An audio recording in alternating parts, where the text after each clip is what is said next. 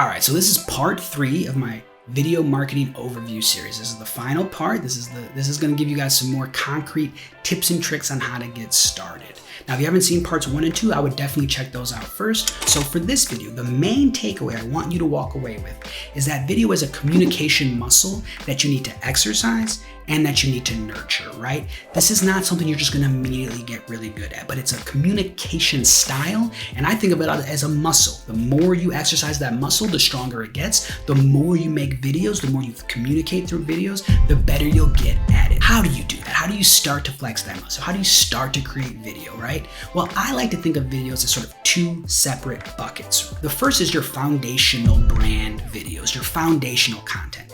These videos fall much more into kind of the traditional thought of how people used video in the past. The second bucket I like to think about is your consistent content. This is the kind of stuff that is really more future-proof. How do you kind of create videos more consistently? How do you create a lot more videos at scale? That's what we'll sort of talk about when we talk about consistent content. But before we move to that, let's just spend a little time on your foundational brand videos. The first one is a product video. So this is just the video that answers the what. What does your organization or brand do?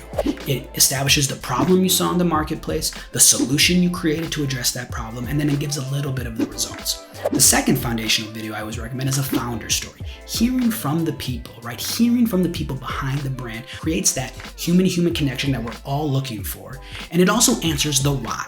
Why does this organization or brand exist? Why is it important? Why is this better for the world that this exists? And the third foundational video I recommend is a customer testimonial. Just sort of bringing it all together and proving that this works. Showing and articulating the impact that this is having is really important when you're talking about your foundational storytelling elements, right? So these 3 videos, your product video, your founder story, and your customer testimonial are really important foundational brand videos that'll give you a great paid media strategy. You can use them across your digital landscape, website, social, email, all the different places you are, and it really gets you started flexing that video communication muscle. So there are 2 types of consistent video content that I really recommend. The first one is the video podcast. Everyone's talking about video podcasts. I'm sure you've seen hundreds of video podcasts, and there's a reason why people are producing a lot of them.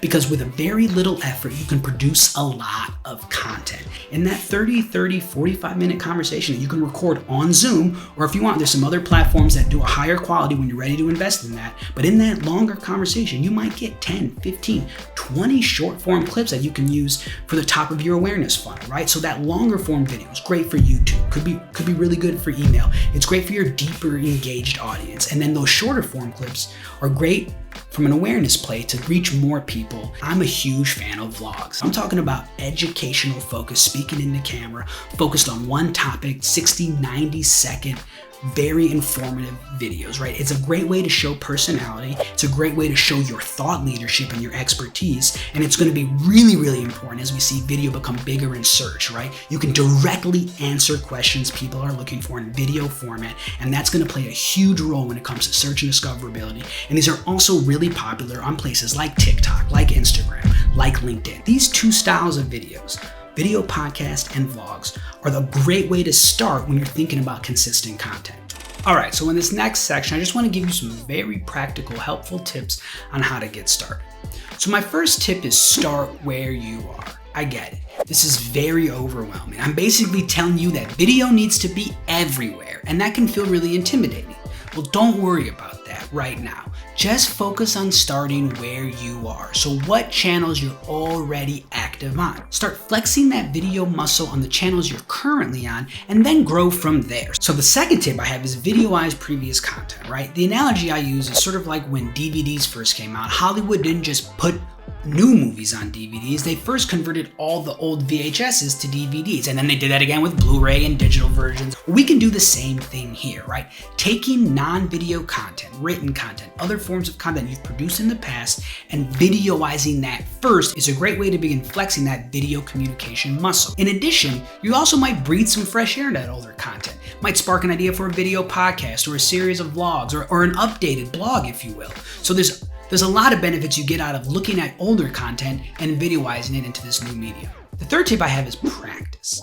I've said it 100 times that video is a communication muscle you need to flex, exercise, and nurture. Well, the best way you do that is practice. And the good news is you don't need to post what you practice. So the advice that I give to my clients is that they should start practicing by reacting to things they see out there that relate to them. Just quickly pull out your phone and start talking and speaking your reactions into that. Doing this will get you much more comfortable speaking in video. You'll build that muscle and then you'll start feeling more comfortable posting the content that you record. The next tip I have is win your niche. Don't go for mass scale. This is about contacting and finding the right audience, knowing who your audience is, knowing who you need to speak to, knowing what they care about, and winning that niche. Don't worry about scale. Just worry about the right people. And my final tip, which might be the most important, is get good audio. If people can't hear you, they will not watch. So before you go off and spend a bunch of money on fancy cameras and fancy lights and a bunch of other equipment,